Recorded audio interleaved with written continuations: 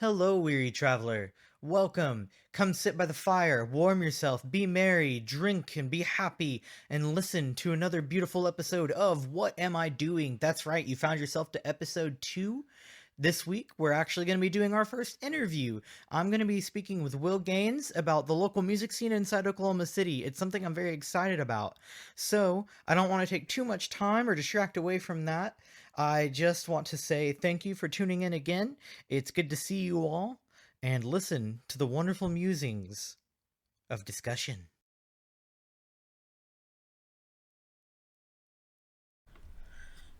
All right, I am with Will Gaines. We're going to be talking a little bit about life and music and some other cool fun things. So, Will, if you could just take a few seconds to kind of describe who you are, what you do, like what you're doing right now. Yeah, man. Well, thanks for having me do this. Yeah, my name is Will Gaines, and I currently work at Frontline Church in South Oklahoma City. I've been a part of this church for the last 13 years, and I'm married to a wife of almost 9 years, and I've got two boys, Owen and Theo, and I obviously play worship at Frontline and do worship and music there, and then I also play quite a bit of music outside of the church and bars and other local music scenes, things like that. And that's kind of what I do.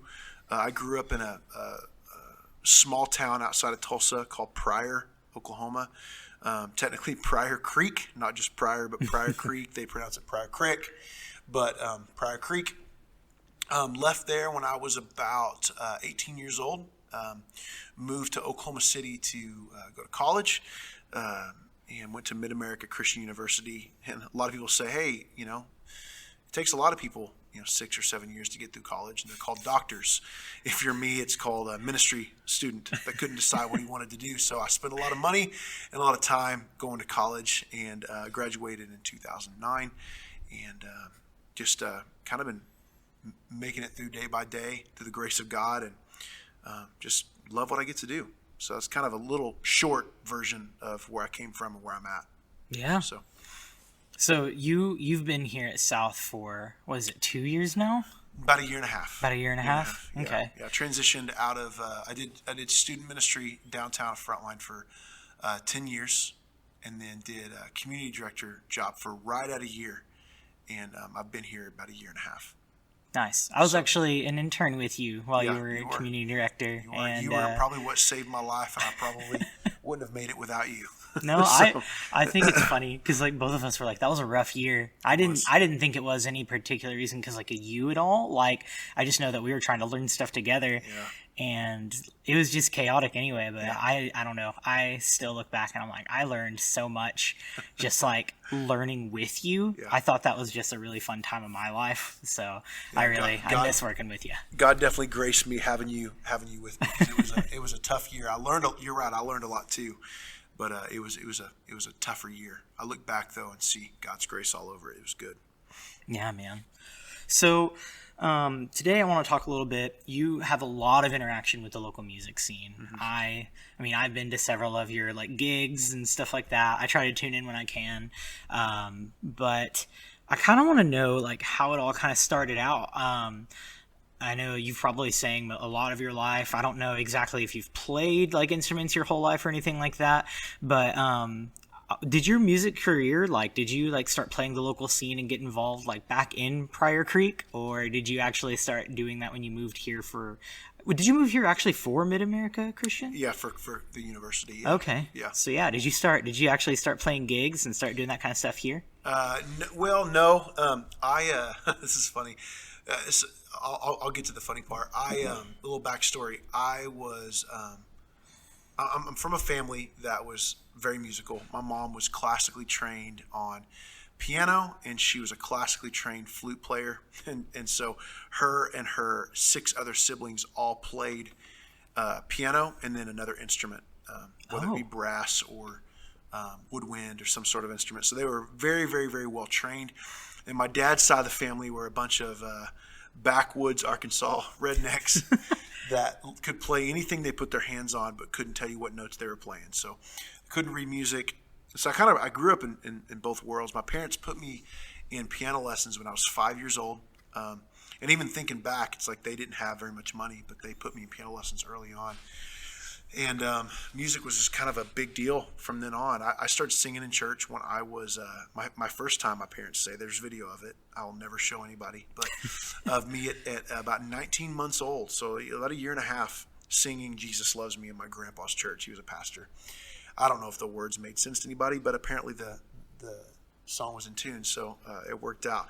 But, further into life, when I kept doing piano, and when I was about fourth grade, started doing some other music with playing trumpet and trombone a little bit, and then that was a band nerd and a choir nerd.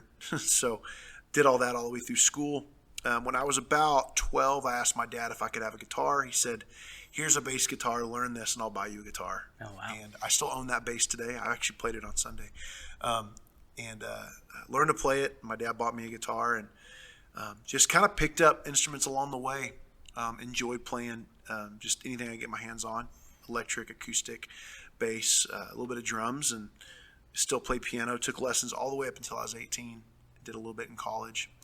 But I started playing music out, believe it or not, when I worked at a restaurant. I was 16 years old, and I worked at a local restaurant in Pryor called Mid-American Grill. Oh. And it was just one of those things where I was like, learning your personality and learning who you are. I would carry my guitar around, and when there were birthdays or special events, I would get my guitar out and make up songs on the fly to customers. It was fun. Helped my tips a whole lot. Oh, I'll bet. And then I started doing some like weird little private parties. I'd play some cover songs, and 16, 17, even 18 in Pryor. And then I was in a couple bands in high school that played songs we'd written, and a little nerdy high school band called G-Force. Oh, man. Yeah, we were God's Force. I can't believe I'm making that out here.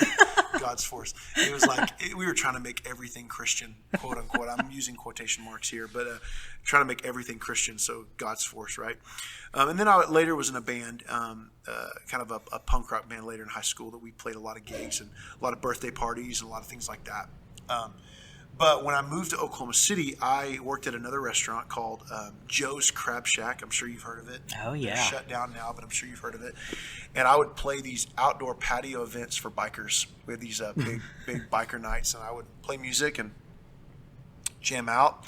And then what really got me started in like playing gigs, though, was I played a few open mic nights at a place called Picasso's. It used to be Galileo's in Oklahoma City. And played a couple open mics, and they hired me to do an open mic night every Thursday night.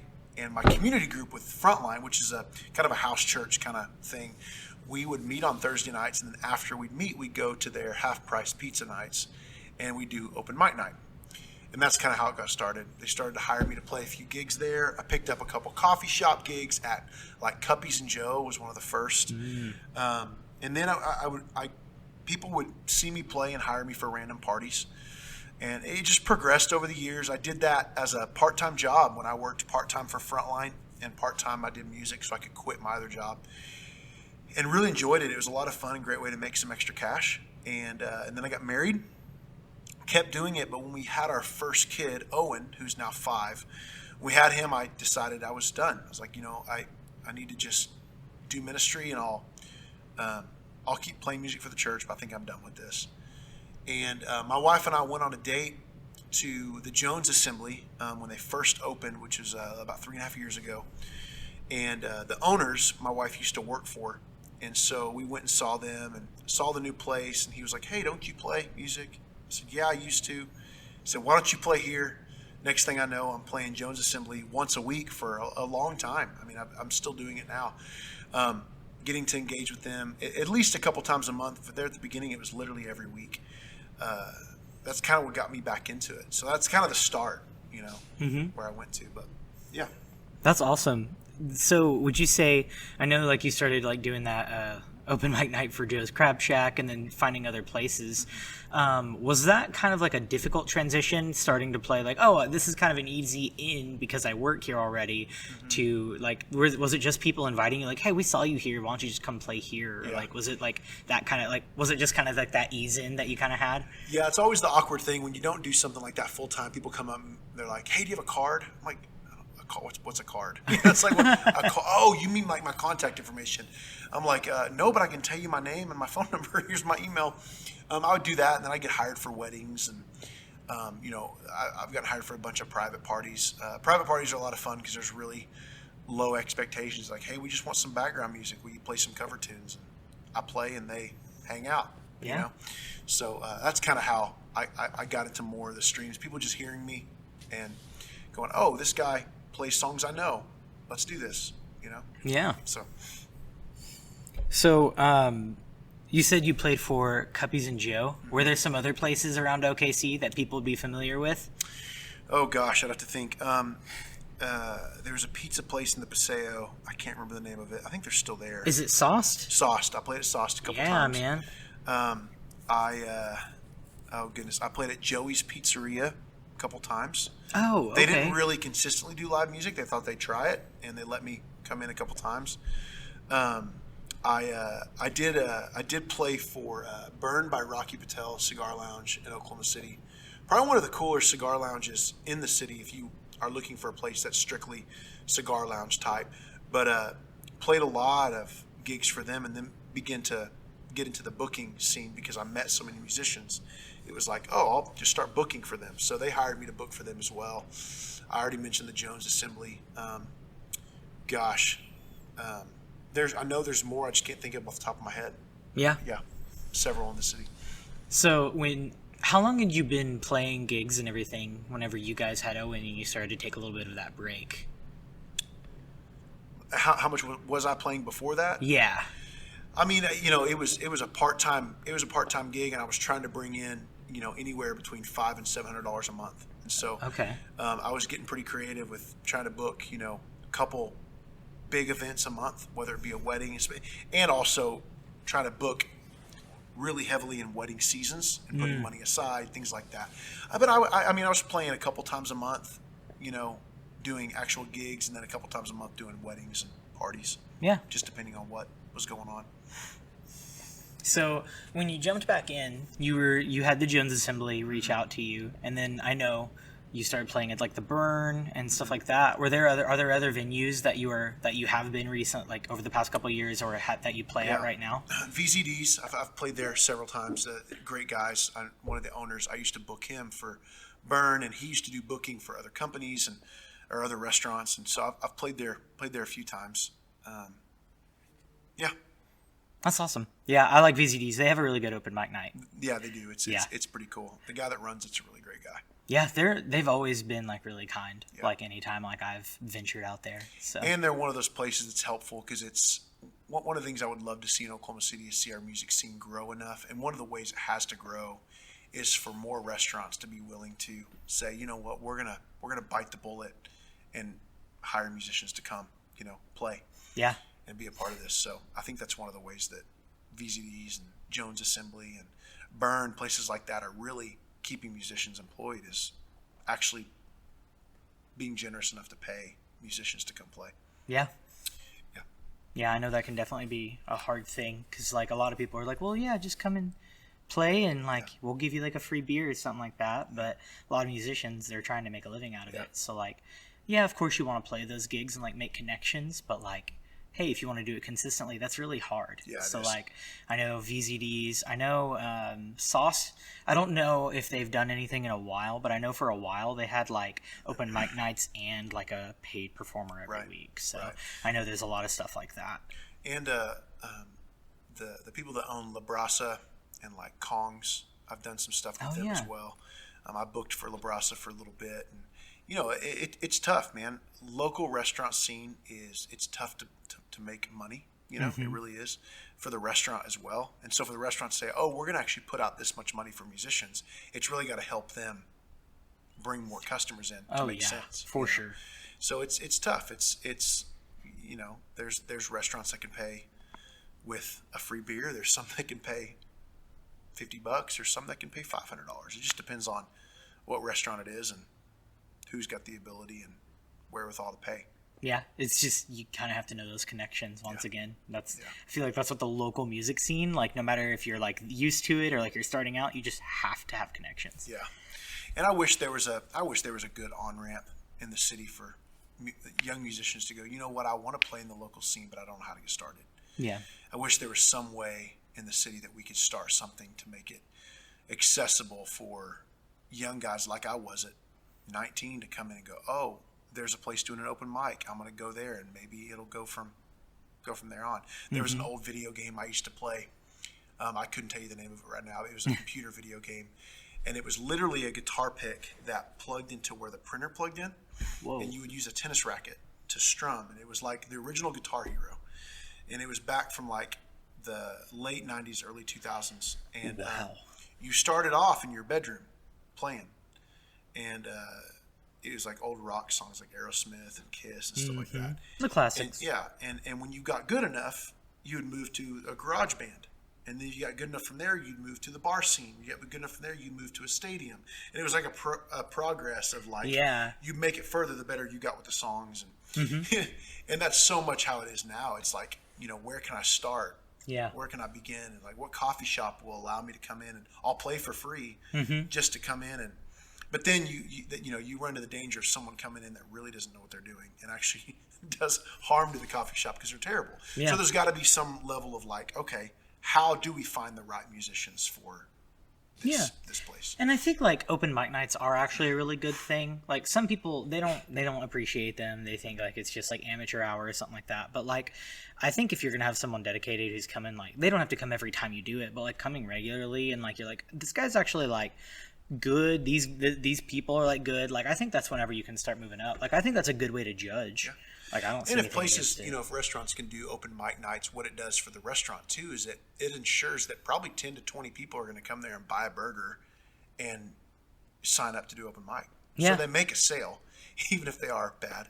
I remember doing a couple open mic nights and a few people coming up, and I was like, oh my gosh, it was horrible, But and then again, the person running the open mic has to be able to go, hey man, I just don't think it's a good fit for you to do this, and be okay saying that. But you have to be honest with people. World. Yeah.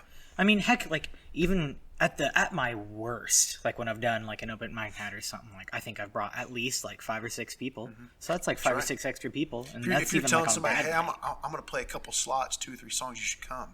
You get 10 people there. It's like, they make a lot of money. So. Yeah, even if you don't like buy a dinner, like a lot of those places are like have alcoholic drinks. That's at least what $10 itself. Yeah, exactly. Yeah. So I know that you played for New Year's Eve with the Arts Council. How did that come about? Yeah, those guys are great, man. I love the Arts Council, what they're doing in the city, what they're doing for artists of all different genres. I was playing at the Jones, and a couple of the guys were there, and they hit me up and asked for my phone number and said, hey, can we hire you to come play Arts Council deal?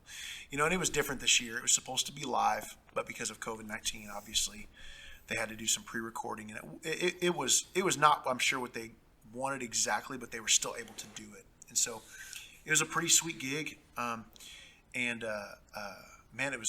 felt honored to be a part. I was shocked they asked me. But it really was a lot of fun, even though it was really cold when I recorded it. Yeah, it was cold. Very, Wasn't very it cold. Raining earlier that night? It was raining earlier that day, and then the next day it snowed.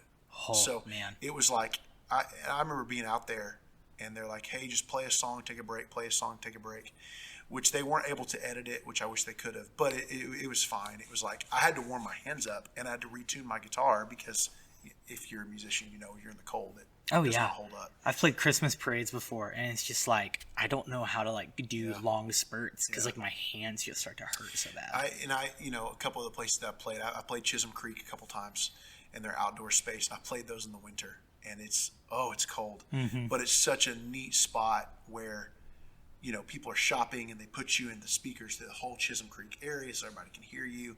And I've also played Chalk, which is a really neat sports bar in Chisholm Creek, and they've got a really incredible outdoor patio. Okay. If you're like worried about COVID stuff and you want to go when it gets warmer, That's a great spot that overlooks all of Chisholm Creek, and in the spring, summer, and fall they do live music up there. Okay. So it's a pretty neat place. But yeah, the cold weather makes a big difference. I think I'd rather play in scorching heat than the cold. Oh, for Freezing sure. cold. I'll agree with that. Yeah. So this is kind of I guess a sharp turn around the corner. It's okay. So you've booked for Jones, you've done all that. What does booking look like? Because I mean, I can come at it from like a performer's like standing, like that's easy to look, but like I can't like what is kind of help me wrap my mind around like what the booking looks like, because I'll bet that's a completely different adventure. It is, yeah, and it's one of those things where it's like I've learned a lot from the booking that I wish I would have known when I did book. I've thought about starting a booking agency. I've talked with a couple guys about it. It's one of those things where you have to go at every venue understanding what's the vibe, what's the feel, what's the approach. It's like I would never book the same people that I booked for Burn necessarily that I would book at Jones. The Jones Assembly has a very upbeat feel. You're outside. People are it's got more of a party vibe or more of a hangout vibe, whereas the Burn is very chill, relaxed, sit back. It's background music. It doesn't need to be too loud. But then as the night progresses, it gets louder and people party a little bit more. But it's just a different feel. It's a darker room. And so you got to go at everything a little different. When I booked for La Brasa, the feel there, they kind of wanted more of a upbeat, almost like a jazzy techno feel, Yeah. And so you got to find the right musicians to play the right type of venues. And so it's a lot harder. And then you live in the world of people being upset with you too. It's like you're turning down musicians that are probably really good that just don't fit the demographic of what that certain venue gives. Yeah. So you've got to learn the kind of the DNA and the culture of what the restaurant or bar represents, and then book based off of that. Yeah. And it's really challenging because there's a lot of trial and error too. It's like, you know what, I might try this guy out. There's a lot of times at Burn I'd try a guy out, and it wasn't that he was bad. There's a couple times some of the musicians were just flat bad. But sometimes I'd book people and they were really good, but they just weren't a good fit, And so, you had to make decisions where you're like, hey, man, I can't book you here anymore. And they'd be upset, but it was one of those deals that just had to happen because it wasn't the best fit. So booking is definitely a challenge. It's a whole different world where you're constantly having to have your finger on the pulse of the actual establishment, what's happening, what kind of music fits, things like that. Yeah. I guess with the places that you were booking for, was it something like you were trying to be there regularly, maybe just like hang out there, like try to get people to hang out with you there so you could get a feel and even see, I guess that would take like kind of knowing the area, because like Chisholm Creek, like even the like culture there is going to be completely different than La Brasa or even the Jones. Like the Jones and Chisholm Creek would probably be a little similar, but since like, Chisholm Creek has multiple places, it has like, it's more of like that specific hangout, while the Jones is more like a vibe and eat and like kind of chill and hang. Right. So I guess you'd have to get used to those different cultures too. Yeah, most definitely. One of the things, like, yes, I would try to be there as much as I could, but with a family, it's like I can't be gone every night while they're having music. It's just tough. I don't like to book myself any more than 2 or 3 gigs a month working a full-time job, because it's just I can't be away from my family that much. Yeah. And so if I were doing it full-time, it'd be a different story. There's phenomenal musicians out there. Like, you got guys like Chase Kirby, who's a incredible singer-songwriter. You've got guys like Jose Hernandez, phenomenal singer-songwriter. You've got guys like Noah Ing, who does a really unique genre of like rockabilly style music. You got all these different musicians that are so gifted and talented, and we've got to be able to put those guys on the map and help our music culture grow. And the way that it's happening is places like Chisholm Creek opening up to more musicians, and places like the Jones opening up to more musicians. It's pretty incredible. But yeah, booking those guys, it's like, do they fit these spots? Do they fit these places? And I've worked with all those guys. Those guys are fantastic, and also receive feedback really well. So you're able to book them in the right places at the right times, and it's great. That's awesome. So in the last 12 months, with COVID, with all of that, bars like closing, even gigs like having to come to a screeching halt. One, for you personally, like how did that affect you with music, or honestly, just like how did that affect you? Like what kind of impact did it have on you? And then what kind of impact do you think it had like on our city's music scene? Because I know, well, I mean, this is the one thing where it was the Save the Stage Act. Was it called that? It was something like that. Yeah. But basically just helping places like the Tower Theater, Criterion, and stuff like that, just to be able to like help them with no business because of COVID. Yeah. So like, how did that impact you personally? And then how do you think it impacted like our city's music scene? Man, that's a great question. It's hard when it definitely impacts me because I love the art of what I get to do. There's an art that and a level of creativity that my heart and mind needs as a creative. It was a bit of a bummer, but that we learned so much during the beginning of COVID. I remember March being like, what if I just did a online open mic, or not open mic, but an online show where I could play. And I did a couple of those. I did a couple where I threw my avenues of tips up and in 45 minutes made $90, things like that. It was like, oh, that's a little bit helpful. But, since I have a full-time job, it wasn't as much of an effect on me. Right. I'm working outside of this. But I watch guys like I mentioned him earlier, Noah Ing, work so hard at continuing to help not just himself, but other musicians in the city, which was pretty impressive, watching him do these garage sessions, raising money and awareness to musicians who do this full-time, and it definitely affected, but I think it also brought some awareness to the fact that like there are more jobs out there and jobs that are creative, like local musicians that want to do this full time, and I think it's great. Yeah. And learning that okay, we need to do a better job as a city in learning how we can raise support or have more of our restaurants have some sort of artist support to pay musicians to come play. I think that's a huge deal that we need to work on in our city that I think would help our city grow and put our city more on the map than it already is. You got cities like Tulsa that are killing it with their music scene, just killing it. Cities like Austin that are just incredible. Yeah. Even their street musicians are just phenomenal. Nashville, obviously doing a great job. Oh, for sure.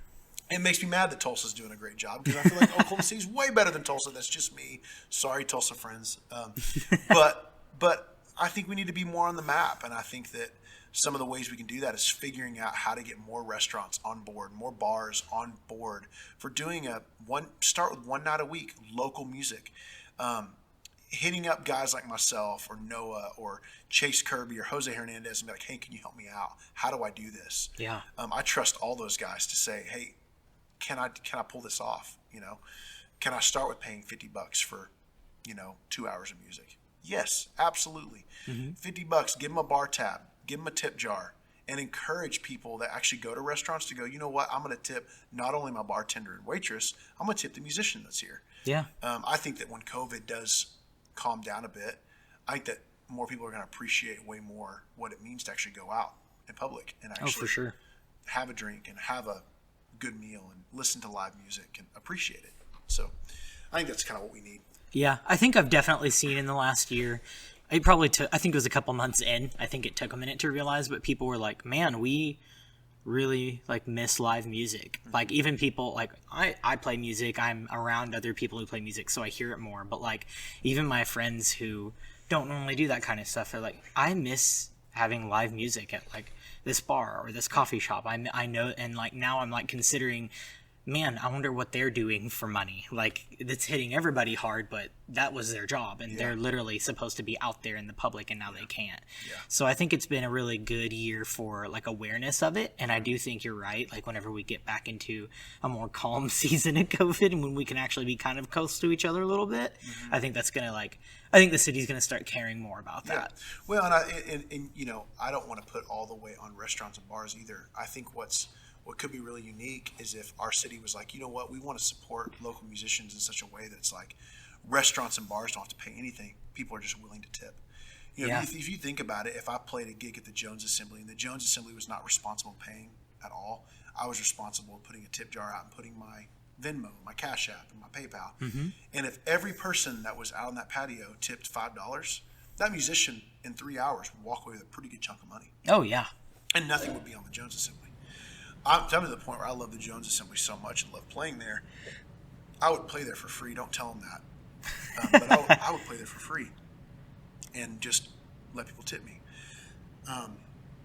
They're such a unique and beautiful place to go. They've changed the game when it comes to how Oklahoma City does live music and how they even do food and entertainment at the same time. Oh, They yeah. just changed the game on it. But yeah, I think we need to put some of the weight on the people that actually go out too. It's like if I go out to a restaurant and I know I'm going there because there's live music, I'm sure as heck going to put a $20 bill in my pocket to make sure I can pay him. Oh yeah. You know what I mean? It's just a way to do a simple act to support and grow. It grows our economy. It grows our awareness of musicians. It helps people who are doing that full time actually make a living. It's incredible. Yeah, for sure. I agree. I mean, that's like with tips as well. Just like, hey, if you're going to go out and like have someone serve you, like be tip them. Yeah. Like yeah, it's like music too. I remember doing early on doing waiting tables and bartending. It was pretty common to get a 10% tip, and I look back now. I'm like, that is so horrible. People should be tipping 18 to 25% on a regular basis. Yeah. And it's like, man, I just think if you're going to go out, prepare to tip and give money to not just the bartender, not just the waitress, waiter, but the musician if the musician's there. Yeah, man. So hey, I've really enjoyed this conversation. Thank you so much for sitting down with me. I'm really excited for this, and I'm excited to like just kind of see more of like your music. See like what you're doing in the coming 2021 when hopefully COVID gets a little bit better. We start to reach that. I have one last question for you. This is kind of just like a thoughtful question. Don't have to answer it a specific way, but I know that in the last probably year, there's been a lot of people who have expressed interest in they've been able to put music online because that's the kind of year we've been in. But people who want to actually like play more, what kind of thoughts would you have, maybe even precautions or even just like words would you have to say like, hey, if you're going to start trying to like get your music out there and actually physically start getting connections, what kind of words would you have for them? Yeah, man, that's a great question. I don't know if this is the right answer. Maybe it's probably just an answer. There's probably so many answers that could come along with this. Oh yeah. But, if you get on TikTok, if you get on social media, Instagram, the way people are kind of making it right now is cover music. That's primarily what I do. It's like, I remember a guy telling me like, why don't you play more of your own songs out in public? Like Jones and some of things like that. I'm like, well, I'd love to, but I just don't think that's the avenue to do it. If you want to make money at this, here's my opinion. It could be wrong. If you want to make money at this and you're not worried about whether you get your own songs out, be creative with songs that already exist. One of the ways that kind of got me on the map in some ways was playing Taylor Swift songs in a creative way. It's like, how can I take some blonde chick that writes songs about all the boyfriends she hates and go, how funny is it that a big 250-pound bearded dude is up there singing Taylor Swift songs? That got people's attention. When I played Disney tunes that were like completely redone to feel like an acoustic set, it's just you just be creative, and also be willing to accept that maybe this isn't the avenue for you. It's okay. Like maybe it's just not a good fit, but be creative. Get online, watch what the other musicians do, and try to do something that's different. And I think also it's like, be aware where you're playing. I've watched one of the biggest mistakes I've watched musicians do in the area of booking is coming in and trying to, I don't even know if I know how to put real words to this, but coming in and just talking in between each song or trying to set up every single song. And it's like, man, just play your music. Play your music. Don't get up there and try to do some weird performance. Just play your songs. Be yourself. And then it's like, read the crowd. One of the things I do on a regular basis is if even at the Jones, every time I play, if I get up and there's only one table out there, I'm not going to get up there and start out with my banging song. Yep. I really honestly save my most popular songs for my second or third set out of my 3 sets a night. And I start off with songs that are really quiet, really chill, and I ease my way in. It's like, I'm going to play something like a Sufjan Stevens song, really chill in the background, and I'm going to watch people. Most of my work playing live gigs is watching the reactions of people. If you see people mumbling the words to your songs and bobbing their head, starting to move, they're engaging with you. And so engage back. Okay, what's the next song you do? If late 90s and early 2000s songs are a big hit that night, look at the demographic of your crowd. It's like reading people. Is it mostly 30s and 40-year-old people? Play early 2000 songs. Yeah. Is it 50 and 60-year-olds? Play some 70s and 80s songs. Do what you need to do to fit your demographic. And as you fight for that, it's like, it's just most of my job in playing music is not playing the songs itself. It's reading the crowd and learning what does the crowd actually want to hear in this moment. Yeah. I've also learned that if people are not paying attention to me, I have just become background music, and that's okay. Just be background music. Don't try to overdo it. Don't try to get their attention. It's like, just be background music. Sometimes people walk up and be like, man, it's been really nice just to have you in the background while I'm talking to my friends. And I noticed you played that song, and here's $20. I've had that happen. And you know what? Be okay with off nights. This is a big deal too. It's like, I can't tell you how many gigs I've gone to or played at where it's just been an off night. My voice wasn't where I want it to be. That I sounded weird. Be okay with that off night. Jump back in the next time. There are going to be off nights. But read your crowd, man. I know that's a little scattered answer, but read your crowd. Learn songs from all over the place, all over the spectrum. Don't just learn one genre. Learn them from all over the place. Learn country, learn pop, learn rock, learn classic rock, learn new age rock, whatever you want to call it. Yeah. Learn as much as you can. I play everything from a Nirvana song to a Taylor Swift song to Chris Stapleton, whatever I can find. It's like, oh, this is a cool song to cover. I'm actually learning a Hawthorne Heights song right now. I'm trying to make it an acoustic song. This will be fun. Go. All the angsty 30-year-olds would be like, this is really cool. Yeah. So You're gonna have a lot of what is that? Nostalgic 30-year-olds like, oh man, Emo's Hawthorne not Heights. dead, man. Emo's not dead. Hey, I hope you enjoyed this episode with Will Gaines. I know I had a lot of fun making this interview and just talking with him, learning about these things. If you ever have any questions that you'd like to hear answered on the podcast or maybe topics discussed, feel free to reach out to one of my social medias. We always got the Facebook, Twitter, Instagram, even TikTok. So you can always ask questions there. Man, I just want to say I really appreciate all of you guys. I love having these conversations with you, and I hope that you have a good week, a good weekend. Enjoy whatever day you're going through. Safe travels, friends. Until later.